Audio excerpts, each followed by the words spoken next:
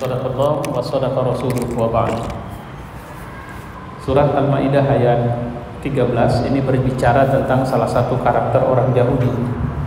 Jemaah yang mulia, mohon maaf saya khilaf ini karena durasi yang terlama sekaligus tercepat untuk bisa taklim itu berkelanjutan adalah 2 pekanan sebenarnya. Salah satu yang sering saya sampaikan, sering buat saya lupa, ini adalah kemarin itu saya sudah sampaikan atau tidak kaji ini. Nah kalau sudah, alhamdulillah ini jadi ulang kaji atau melanjutkan. Kalau belum, ini kita mulai. Yang mau kita diskusikan adalah asbab at-tafarruq, sebab-sebab perpecahan dan solusinya, wa ilajuha. Beberapa waktu yang lalu di Medan ini ada sedikit-dikitnya 2 orang aktivis Islam dalam bulan kemarin itu meninggal dunia karena COVID. Dan satu aktivis sepenuhnya saya ikut dalam acara pertemuan takziah via Zoom yang malam ketiganya dihadiri oleh Pak Gubernur Sumatera Utara dan juga Ketua GNPM Pusat Pak Yusuf Martak. Pada malam kedua, malam pertama dan malam kedua juga kemudian dilanjutkan pada malam ketiga, ada semacam kesepakatan bahwa diakui oleh semuanya memang tengah terjadi perpecahan. Jadi bukan ikhtilaf gitu. Kalau ikhtilaf itu masih bisa ditoleransi itu. Ini perpecahan. Bukan di tubuh umat Islam, tapi di tubuh aktivis Islam di Medan. Dan ini sebenarnya sudah lama disadari oleh para aktivis. Karena sulitnya mungkin kita juga bagi masyarakat awam bisa melihat kenapa tren pembelaan terhadap isu-isu keislaman khususnya itu melemah, tidak seperti biasanya. Dan itu berawal dari perpecahan itu. Dan saya secara pribadi mengakui itu. Walaupun kebenarnya ini tidak bijak ketika saya menyampaikan kepada bapak-bapak, ibu-ibu di sini. Tapi setidaknya ini warning betapa mahalnya harga persaudaraan itu. Ya, bersaudara itu mahal harganya. Dan sudah saya sampaikan bahwa untuk bersaudara tidak harus kita sama-sama pakai baju putih baru bersaudara, enggak begitu. Bahkan kekuatan persaudaraan itu akan kelihatan kalau kita beda berbaju, pakaiannya beda. Bisa enggak kita masih saling ramah kalau dia itu pakai kunut, kita tak pakai kunut? Bisa enggak kita masih sama-sama ramah kalau dia partainya P3, awak PKS, si anu partai Umat, si anu partai Gelora, si anu partai PKB misalnya. Bisa enggak kita ngopi sama? Saya khawatir bisa. Nanti kalau sudah sama-sama jadi anggota dewan. Karena kalau sudah jadi anggota dewan, itu semua partai sama aja itu. Saya bilang sama aja kenapa? Karena saya pernah pengalaman 10 tahun itu. Jadi kalau sudah perjalanan dinas, susah cari yang beda. Kalau pakai bahasa kasar, walaupun nanti bapak bisa bilang, kalau gitu ustadz begitu juga ya. Ya, artinya insya Allah saya tak berani menghukumkan saya 100%, tapi kalau yang haram tak. Tapi kalau yang abu-abu disuruh juga awak. Bukan mau sendiri, disuruh juga. Enggak apa-apa yang abu-abu itu, tapi bukan untukmu pribadi. Kira-kira begitu. Karena ikatan di dewan itu sama sudah, kepentingan orang dewan itu sama, otak orang dewan itu sama, fungsi kerjanya sama, gitu. Yang dibahas sama, APBD, APBN. Yang paling perhatian dia sama. Ada berapa anggaran perjalanan dinas, ada berapa anggaran rapat, ada berapa tunjangan, apa bentuk tunjangan dan sebagainya. Itu yang paling hafal dia. Saya tidak merendahkan karena tidak sedikit orang-orang baik di sana. Tapi susah carinya. Cuma masalahnya bagaimana Saya mengambil contoh saja, mohon maaf ini yang paling berat untuk menyampaikannya ketika kita berpecah di lapangan politik ini. Maksud saya, Malaysia sama Indonesia sistem demokrasinya masih lebih bagus Malaysia, saya bilang. Karena Indonesia sejak reformasi, demokrasi kita mayoritasnya hancur polanya. Dulu ada azas musyawarah untuk mufakat, itu Islami, wa amruhum syura bainahum.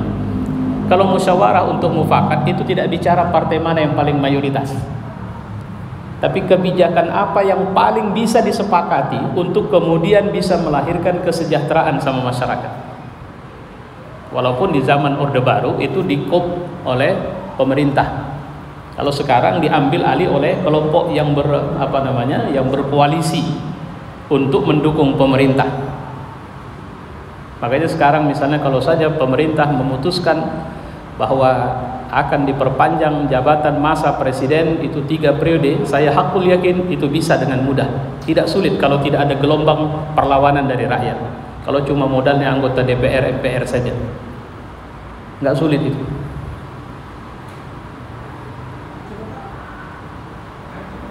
Ya itulah dia Pak, faktanya. Nah itulah faktanya. Kenapa? Karena polanya begitu. Mau ngapain pemerintah hari ini tidak sulit kalau cuma andalannya adalah DPR. Bahkan yang bilang saya oposisi sekalipun dia sudah tidak berdaya sama sekali sebenarnya. Dia sudah kehilangan keberdayaan. Kenapa? Kita bicara baik sangka saja dari sisi akumulasi atau prosentasi. Walaupun sebenarnya ada hal-hal lain yang membuat kita tidak percaya lagi dengan kekuatan itu sebagai kekuatan yang bisa memberikan penyeimbang terhadap pemerintah. Kenapa? Karena mayoritas karakter pemimpin kita masih takluk dengan kesenangan hidup, dengan uang. Ya. Saya jauh sebelum Krisdayanti menceritakan berapa anggaran. Saya pernah tanya sama satu anggota dewan kita, berapa uang resesmu? Dia bilang setahun itu 250 juta. Itu 3 kali. Saya mendapat ungkapan prihatin dari seorang ustadz teman saya. Dia bilang apa? Waktu itu dia mengadakan reses, dia tidak bilang sama saya. Dia cuma suruh kumpul orang banyak. Saya kumpulkan orang banyak. Setelah kumpul dia cuma kasih duit 2 juta rupiah. Baru saya tahu bahwa ternyata duit dia sebegitu banyak. 2 juta itu bukan untuk saya, katanya, untuk ngumpulin orang itu. Kenapa dia tidak berpikir bagaimana cara? Jadi artinya yang punya duit tapi besar juga banyak. Artinya udah banyak duitnya, maksud saya pelitnya tinggi itu banyak. Ya tapi kita tidak sedang mau bicara itu. Saya mengatakan ini ruang paling berat untuk kita bersaudara. Saya bilang Malaysia lebih baik. Malaysia itu berkoalisi sebelum pemilu. Jadi koalisinya sebelum pemilu.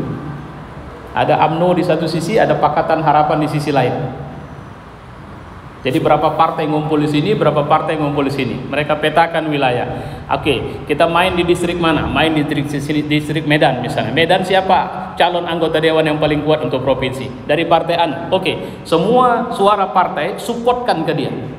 Jadi semua sekian partai yang berkoalisi itu mendukung si Anu untuk good. Begitu polanya. Baru setelah masuk mereka tetap berkoalisi. Jadi koalisinya pra pemilu. Kalau kita koalisi kontrak, koalisi transaksional, itu makanya ada istilah itu. Aku bisa dapat apa, berapa, oke aku ikut samamu. Tapi kalau nggak dapat aku tak ikut. Jadi kalau kemarin mereka berkoalisi, kalau kita ambil pola Malaysia misalnya, mereka berkoalisi, maka koalisi itu betul-betul koalisi program, bukan kontrak atau transaksional. Dan Indonesia memang jelek. Mau pilkada, mau pilkades, itu mirip-mirip saja polanya. Ya. Dulu sewaktu di Medan pemilu, saya ada tertarik itu dari Johor. Ada seorang yang menceritakan, bahkan saya bilang dia pencetus idenya ini. Masjid election istilah dia. Bagaimana tokoh-tokoh umat ini harus diputing di masjid. Bukan diputing nama itu datang dari atas, tidak, dari bawah. Masjid ini, misalnya masjid kita Al-Falah, kita sepakat bahwa ini halayak jadi tokoh di Medan. Nah, ini digabungkan dengan masjid-masjid lain, dijadikan proses. Muncullah nanti di ujung bahwa masyarakat Medan sebenarnya menginginkan si Anu, walau si Anu tidak tahu, dan dia orang partai atau tidak orang partai tidak penting.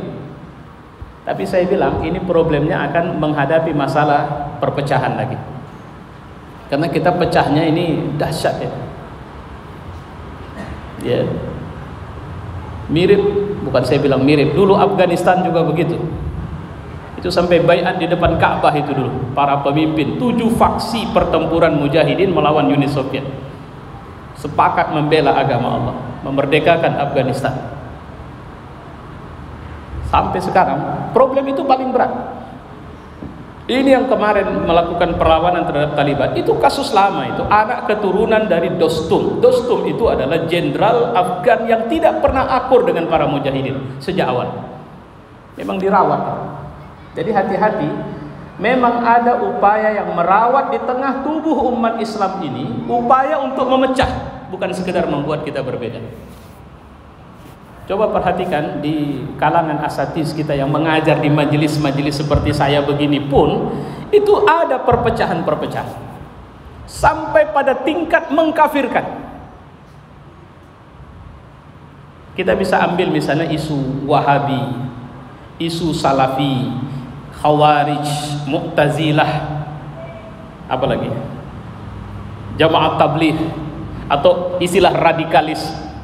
Sekarang ini seperti pernyataan seorang tokoh di Republik yang pergi ke pesantren, Muldoko, yang mengatakan bahwa ada kecenderungan bahwa radikalisme itu sudah ditanamkan sejak awal di pesantren. Ini bahaya. Ini sekarang ini sudah ada upaya untuk masuk ke dalam tubuh pembinaan Islam, madrasah Islam, untuk mencurigainya. Terus mau mereka apa? Mereka mau kurikulum datang dari otak mereka atau datang dari Al-Quran dan Sunnah. Terus mereka larang kita bicara jihad, sementara Allah sendiri yang bicara jihad, tidak 1 atau 2 ayat, tapi begitu banyak ayat dan bertebaran dalam ayat-ayat Quran bicara tentang jihad. Terus kita tidak boleh bicara tentang jihad karena itu radikal. Terus kita mau jadi beragama seperti apa? Nah, cuma sebenarnya kalau kita mau memperhatikan, ada pola di orde pra kemerdekaan sebenarnya sudah terjadi itu. Dan ini hasil analisis dari Snow, bahwa umat ini akan menjadi umat yang sangat lembut kalau mereka memang dijauhkan dari jihad. Jadi nggak usah takut, mau berapa puluh ribu pun mereka kumpul di satu event, nggak perlu takut kalau mereka tidak sedang bahas jihad atau amar ma'ruf nahi munkar. Bagaimana caranya? Hidupkan Islam dalam tanda petik budaya itu. Saya tidak menyalahkan itu. Dan perhatikan, ini mohon maaf, ini saya tak bisa sampaikan dalam ruang yang terbuka, karena tertutup pun bukan karena ini rahasia. Karena kalau saya sampaikan sekarang pun sebenarnya apa yang mau tadi terucap saya itu nggak ada masalah, cuma bisa disalahpahami. Ya. Nah, jadi saya tadi setelah sholat saya teringat, saya belakangan jujur Pak, saya baper ini. Ya, belakangan saya berpikir saya memang pingin buka madrasah lagi, semacam mengaji, tapi khusus dengan saya, dan datang ke rumah saya. Nah, nanti akan saya silakan bagi yang tertarik, nanti boleh menghubungi saya via telepon saya. Waktu kita sepakati bersama untuk membahas, mencerahkan pikiran kita tentang apa yang menimpa umat ini sebenarnya. Karena lelah, jujur saya lelah, saya bahkan nangis sendiri saya sering. Ya, tahu lagi. Umat ini sekarang kalau ada ulama yang cocok sama dia, itu ulamaku, sampai pada tingkat yang menyembahnya pun siap. Tapi kalau sudah tak cocok sama dia, tolong garis bawahi, cocok dan tak cocok sama dia. Begitu tak cocok, maka dia caci maki. Maka saya bilang mirip seperti, saya bilang Bani Nadir atau Bani Qainuqa kayak Abdullah bin Salam. Abdullah bin Salam itu pernah datang jumpai Nabi, bincang, tertarik masuk Islam. Begitu masuk Islam, mantap ini kata Rasul. Ini kalau begini ceritanya, banyaklah orang dari kampung mau nanti masuk Islam, mau nggak bisa ya Rasul. Kenapa? Orang itu tengkar. Ya, tapi kau kan pemimpin mereka. Enggak bisa ya Rasul. Degil. Nggak percaya gini aja, kau undang mereka datang, nanti aku di belakang. Nah, kau tanya siapa aku sama mereka, mereka pasti akan bilang bahwa aku ini orang baik. Brodok ya. Kumpulkan Nabi, tanya, bagaimana menurut kalian Abdullah bin Salam? Oh, itu adalah pemimpin kami, tokoh kami, orang baik kami, dari keluarga baik-baik, keturunan baik-baik, orang hebat kami. Pokoknya segala puji bagi Abdullah bin Salam. Tanya Nabi, bagaimana menurut kalian kalau dia masuk Islam? Oh, impossible. Potong kupingku, potong leherku kalau Abdullah bin Salam masuk Islam. Kira-kira begitulah suara, sepakat mereka. Akhirnya Abdullah bin Salam keluar. Dia buat pengumuman, saudara-saudara, saya telah menyatakan saya Muslim, la ilaha illallah, Muhammadur Rasulullah. Mereka langsung interupsi, Muhammad, mohon maaf, yang kami bilang tadi itu canda itu. Yang seriusnya, ini anak pelacurnya ini. Ini kurang ajar ini, bukan keturunan baik ini. Memang ngerusak saja kerjanya ini. Jadi kalaupun dia masuk Islam, nggak ada ruginya sama kami, malah kami beruntung dia masuk Islam. Kenapa? Hilang sampah dari kami. Lihatlah cepatnya mereka berbalik. Nah, itu makanya kan prihatin kita. Jadi siapa yang menuntun kita? Saya ada 5 grup dakwah yang saya kelola, langsung saya admin, saya tangani. Pada beberapa teman-teman saya bilang, ini grup harus saya tutup ini. Maksudnya jadi grup eksklusif, tidak boleh sembarang orang. Teman-teman nyarankan gak usah Ustaz, tawarkan aja grup memang betul-betul untuk mengaji, bukan untuk lempar-lempar segala. Karena itu saya bilang, kalau ada tembok tidak bisa dilewatin, apa yang harus kita lakukan? Caci maki tembok terus terbuka jadi jalan, atau kita bertengkar satu sama lain kemudian tembok berubah jadi pintu? Otak kita harus kita pakai. Ketika tembok ini tidak bisa terbuka, apa yang harus kita lakukan supaya kita bisa keluar dari ruangan ini? Itu yang pernah saya sampaikan dengan bahasa, kalau Cina menyerbu Indonesia dan kita tidak berdaya, setiap hari kita lemparkan cacian, curiga, hujatan kepada sosmed, kepada rezim, kepada siapapun, ternyata tidak berhenti Cina itu masuk ke Indonesia. Apa yang harus kita buat sekarang kalau begitu? Itu cara berpikir cerdas. Saya bukan mengatakan, oh saya punya solusi, enggak, tapi mari kita bilang apa yang bisa kita buat. Masalahnya untuk bilang apa yang bisa kita buat, kita untuk mendefinisikan siapa kita, itu aja belum bisa. Paham maksud saya? Kita masih terjebak dengan bahasa aku dan kami, serta kau dan mereka. Oh kami nggak gitu. Bagaimana saya bisa jadi bahagian dari Bapak kalau Bapak masih sering mengatakan kami, dan saya masih dianggap sebagai kalian atau kau? Kapan kita bisa berbuat? Itu yang pernah saya sampaikan mungkin dalam pengajian bulan lalu. Dulu pertama sekali, ingat ya, kapan Indonesia pertama kali disebut? Siapa yang pertama sekali menyebut kata Indonesia? Cut Nyak waktu perang dia tidak bicara Indonesia.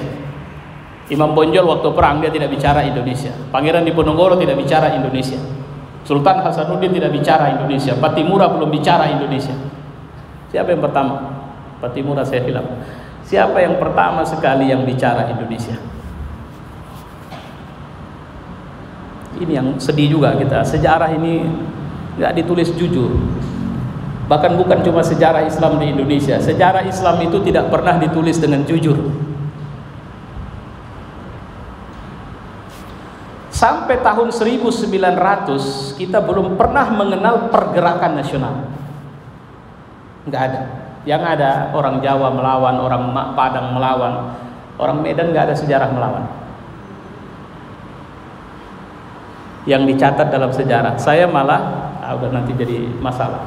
Saya ada mencatat, ada sedikit buruknya catatan tentang Medan. Walaupun ada perjuangan oleh Sianu ada, karena saya sudah menyukai pelajaran sejarah ini sejak SMP. Bahkan saya pernah membuat satu drama tentang itu saya baca dari sejarah asli itu. Maka saya sampai sekarang percaya bahwa Sisingamangaraja 12 itu Muslim Haqqa itu.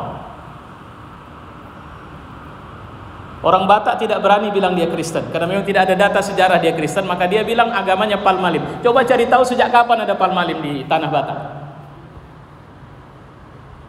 Itu aja dulu. Jadi karena mereka sepakat bahwa agamanya Palmalib, cari tahu sejak kapan ada Palmalib dan apa itu Palmalib.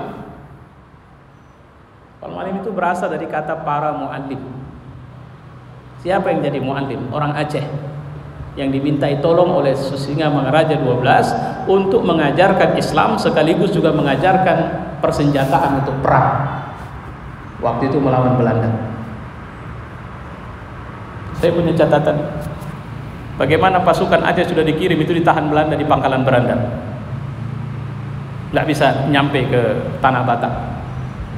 Dan yang menyedihkan sampai sekarang, ini berulang-ulang di mana-mana saya sampaikan, data sejarah Islam di Tanah Batak itu kabur.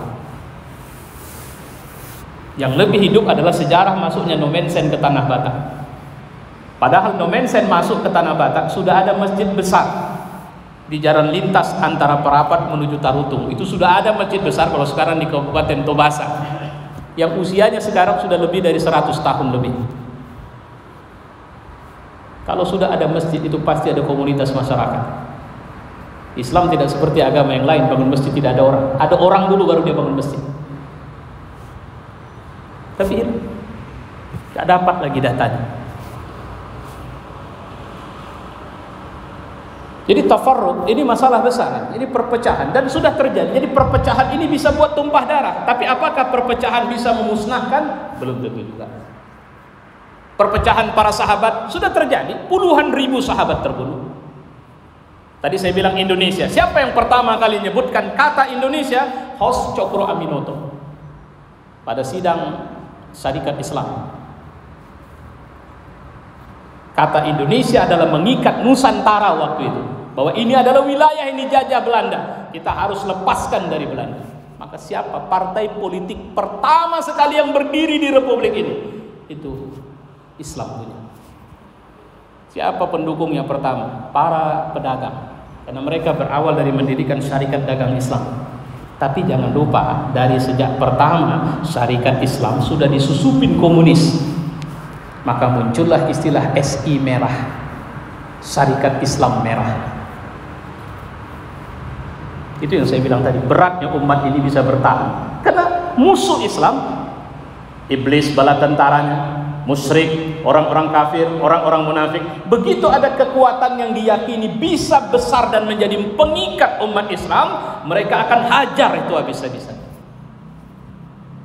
Tahun 1908 disebut sebagai Hari Kebangkitan Nasional. Sangat tidak pantas. Karena 1908 itu merujuk kepada berdirinya Budi Utomo. Budi Utomo itu falsafahnya, ideologinya kejawen, bukan nasionalis. Dr. Sutomo itu pernah menuliskan kebenciannya terhadap Rasulullah dalam satu harian surat kabar. Tidak bisa dipungkiri dalam sejarah. Beliau bukan muslim, tapi seorang kejawen dan anti terhadap Rasulullah. 1926 ada Sumpah Pemuda pertama. Enggak, itu bukan Sumpah Pemuda. Kata pemuda Sumatera, kata pemuda Pasundan, kata pemuda Bugis, itu pemuda orang Jawa waktu itu. Maka dikoreksi menjadi Sumpah Pemuda 1928. Inilah pengikat kita waktu itu. Karena kalau tidak ada pengikat, nggak usah cerita. Apa yang bisa mengikat? Saya bicara sekarang partai. PKS, PKB, PAN, Partai Umat, Gelora yang saya bilang afiliasi kepada Islam. Kemudian apa lagi? P3. Apa yang bisa mengikat mereka agar mereka ini bisa bicara bahasa Indonesia bersama? Supaya tidak ada lagi kepentingan politik yang cuma untuk kepentingan dia, sehingga tidak terpecah-pecah suara umat yang mereka wakili. Apa yang bisa mengikat? Belum ada. Itu yang saya bilang tadi. Ketika Aceh berperang, Padang tidak ikut, Jawa tidak ikut, Bugis tidak ikut. Kenapa? Karena tidak ada aspirasi pengikatnya. Tapi waktu itu ada pengikatnya. Apa itu? Indonesia.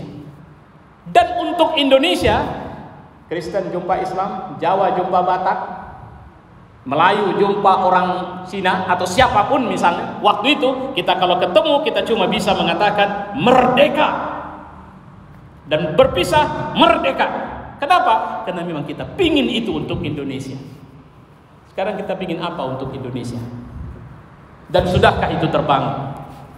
Itu yang saya bilang, nggak bisa ujuk-ujuk. Kita sekarang saling tuduh. Ada orang yang bergerak untuk kemudian mengatakan, mari kita bawa Indonesia untuk bisa menatap luar negeri. Alah, kau saja kurang ajar. Nah, itu model kita.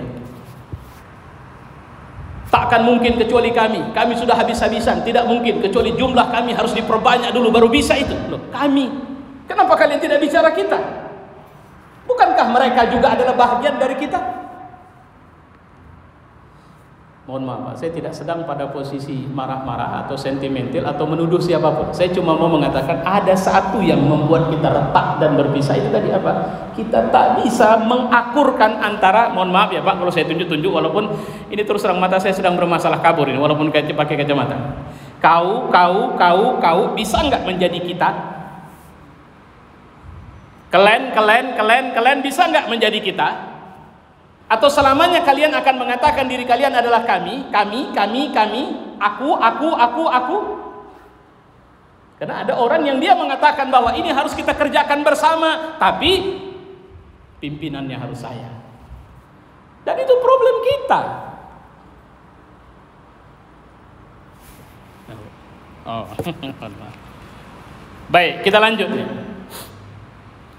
Jadi nah sekarang yang mau saya sampaikan, karena waktu kita sudah, ini apa yang harus kita lakukan untuk bisa agar kita tidak terjebak pada, karena akar masalahnya hilang sense rasa kebersamaan.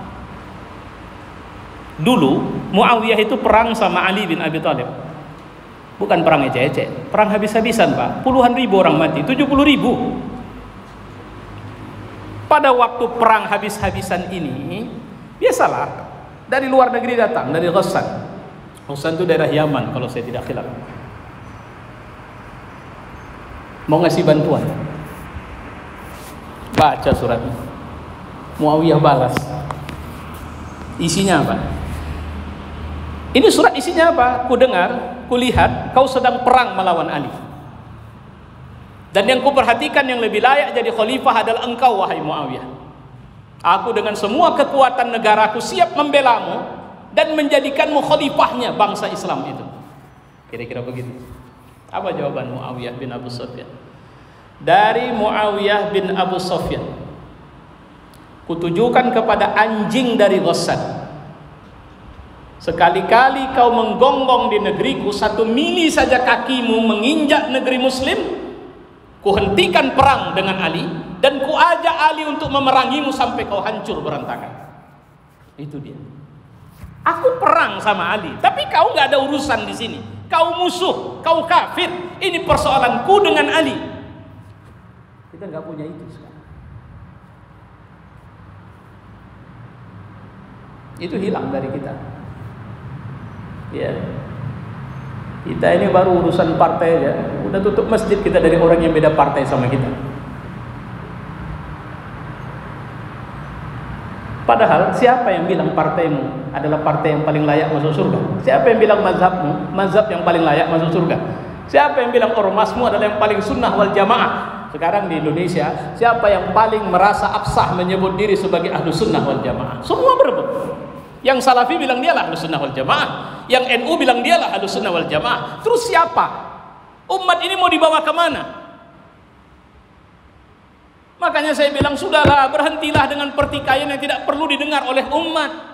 Dulu di zaman dulu, ya salafus soleh kita itu kalau bertengkar nggak ketahuan, emak bapak kita bertengkar, anak tak tahu. Ulama berbeda pendapat, umatnya tidak tahu. Saya ada buku di rumah tentang bagaimana etika berbeda pendapatnya para salafus soleh, para alim ulama kita. Imam Syafi'i pernah kedatangan sahabatnya. Mereka mendebatkan satu ilmu, di dalam itu sampai buam. Murid-murid di luar pada bengong, ini gawat ini. Ya Syekh, tenang di luar. Enggak bisa, tapi tidak nampak. Yang nampak keluar setelah selesai, mereka rangkulan tangan, mereka senyum-senyuman, Masya Allah. Nanti datang lagi ya. Luar biasa tadi diskusi itu. Insya Allah saya tunggu ya, atau saya ke sana. Murid-murid melihat betapa akurnya rupanya mereka. Dan tadi cuma perdebatan ilmu. Kalau sekarang berceloteh ustadz satu sudah dibantah ustadz lain dan ditonton umat. Pertanyaannya, apakah umat punya sistem filter untuk melihat siapa yang paling benar di antara mereka rupanya? Ataukah itu akan berakibat umat akan lebih mengerti atau lebih bingung sebenarnya? Terkadang orang tua tidak mau menjawab pertanyaan anaknya, bukan karena dia tidak mau menjawab atau dia tidak tahu, karena dia khawatir jawaban ini akan memberi pengaruh buruk bagi anaknya yang lain. Itu yang harus kita pahami ini. Ya. Nah sekarang ini karena waktu Isya kita juga berlangsung cepat, ini saya sampaikan apa yang harus kita lakukan supaya umat ini, makanya bahasa sering kalau saya diskusi, saya tahun 2000-an awal atau akhir 90-an saya pernah ngisi muzakaratul doa di tebing tinggi. Jadi banyak para ustadz di tebing kumpul, saya sebagai salah satu pembicara. Waktu itu saya menyampaikan materi ya, yang paling sering disuruh saya menyampaikan adalah problematika umat, solusi. Orang ustadz bertanya, "Ustadz, apa solusi dari semua masalah yang..." Saya mengatakan, pertama yang harus kita lakukan adalah mendefinisikan kita siapa. Kita bahagian dari masalah atau kita bahagian dari solusi? Coba, apakah kita ini kalau mau bicara solusi masalah, kita ini bahagian masalahnya atau bahagian dari solusinya? Arti bahagian dari masalah, kita memang selama ini terikut rendong permainan ini sehingga kita berada di pusaran masalah itu. Sehingga kalau kita berada di pusaran masalah itu artinya kita bahagian dari masalah. Apa mungkin masalah bisa menyelesaikan masalah? Yang kita butuhkan adalah solusi maker, pembuat solusi, bukan pembuat masalah. Ya. Jadi siapa orang yang pembuat solusi? Adalah orang yang dia harus jadikan masa lalunya, segala catatan buruk tentang masa lalu dia tutup, close. Kalau sana masuk seorang mantan maling masuk masjid mau sholat, terima dia dengan lapang dada. Jangan hubungkan dia dengan masa lalunya. Karena kalau bicara masa lalu, buka baju kita ketahuan semua aib kita ini apa. Aslinya kita siapa tahu semua orang. Dan apakah kita masih bisa duduk tenang kalau orang tahu siapa kita? Itu yang kita harus hati-hati. Tak bisa kita main-main lagi. Zaman ini semakin dekat kepada kehancurannya, dan insya Allah kita bukan penyaksi hancurnya zaman, tapi penyaksi bangkitnya kekuatan umat. Maka mental kita harus menjadi mental pembangkit, bukan mental penghancur. Dan untuk menjadi mental pembangkit, itu yang sering saya bilang, terkadang banyak orang memikirkan bagaimana bisa jalan antara dua tebing yang tidak berhubungan ini. Mereka lupa bahwa sebenarnya mereka butuh jembatan. Dan siapa yang mau jadi jembatan itu? Yang siap diinjak-injak nanti tidak disebut-sebut, dan baru ketahuan ketika dia sudah runtuh dan tidak ada, bahwa keruntuhannya akan berakibat runtuhlah orang-orang yang berjalan di atasnya dan tidak bisa terhubungkan lagi. Makanya Allah mengatakan wa'tasimu bihablillahi jami'an, berpeganglah kalian kepada tali Allah seluruhnya. Itulah jembatan. Itulah yang bisa menghubungkan antara aku dengan kau, kalian dan kami, mereka dan kita, sehingga menjadi kekuatan kebersamaan, sehingga tidak ada lagi orang yang dianggap hebat dan sebagainya. Sudahlah, berhentilah. Saya mau bilang, mana lebih hebat PKI atau Masyumi? Kalau Bapak sekarang takut Masyumi muncul, maaf, PKI muncul, mana warisan Masyumi sekarang? Mana kadar Masyumi? Apa yang hilang dari Masyumi? Apa yang masih tetap ada dari PKI? Yang tetap ada dari PKI sistem kaderisasi, di mana walaupun tokohnya di penjara, dia masih menularkan ideologinya kepada anak cucunya. Dan sekarang yang merusak atau merasuk negeri kita adalah anak cucu mereka. Dengan satu tekad, dulu ayah kalian dibunuh, dulu bangkit kalian. Terus kita cuma mencak-mencak, bisa apa kita? Ustadz kita dibunuh di sini, tembak di sana, di sana. Nanti kalau sudah ketangkap yang gila lah, yang urusan pribadi lah. Tapi kenapa sering Ustaz? Itu yang harus kita pahamin itu. Coba buka lembar sejarah dan tarik ke tahun 60-an, tahun 40-an. Bagaimana sebenarnya tingkah mereka? Apa yang hilang dari Masyumi? Kaderisasi. Umat ini belajar agama seperti masuk supermarket sekarang. Ustadz mana yang dia cocok, itu yang dia deketin. Itu pun melalui YouTube, Instagram, TikTok. Tidak ada lagi madrasah-madrasah yang kita datangi, yang kemudian menularkan fikrah, ideologi dan sebagainya untuk membuat kita terbentuk. Masuk waktu, bro. Insya Allah kita lanjut di. Tapi intinya saya sudah sampaikan bahwa yang dibutuhkan adalah wa'tasim atau i'tisam bihablillah, berpegang kepada tali Allah. Kalau sudah itu yang kita buat, insya Allah nggak ada masalah. Ustaz, sholat saya tak pakai bismillah Pak, kalau Fatihah rusak sholat rupanya kalau tak pakai bismillah Fatihah.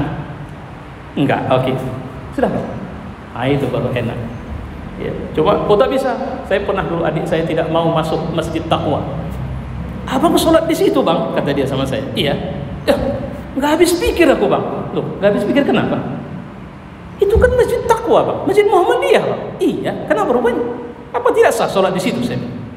Tetap saja dia tidak terima. Dia pilih masjid yang jauh, yang penting bukan masjid Muhammadiyah. Tapi sekarang dia yang paling sering sholat di situ. Akan kalau disuruh milih ada masjid-masjid lebih suka dia ke situ, karena tengoknya lebih ringkas pula, tak ada zikir, tak ada ini. Ya, waktu itu kebetulan sedang jalan sholatnya di situ. Nah, itu sudah hilangkan itu. Ini saatnya kita bisa melihat ini adalah puzzle yang terpisah yang harus kita hubungkan. Jangan pernah menganggap ada yang lebih hebat lagi dari agama. Partaiku, mazhabku, itu di dalam agama itu. Jangan kau besarkan itu lebih besar dari agamamu, karena agamamu yang harus kau besarkan, bukan yang di bawah itu. Saya kira itu kesimpulan yang bisa saya sampaikan. Mari kita tutup dengan doa. Alhamdulillahirabbil alamin wassalatu wassalamu ala asyrafil anbiya wal mursalin wa ala alihi wa sahbihi ajma'in. Allahumma ij'al hadza jam'ana fi hadzal majlis jam'an marhuma wa tafarruquna min ba'dihi tafarruqan ma'suma. Rabbana atina fid dunya hasanah wa fil akhirati hasanah wa qina azabannar. Wa sallallahu wasallam ala Muhammad wa ala alihi wa sahbihi ajma'in. Walhamdulillahirabbil alamin. Taqabbalallahu minkum.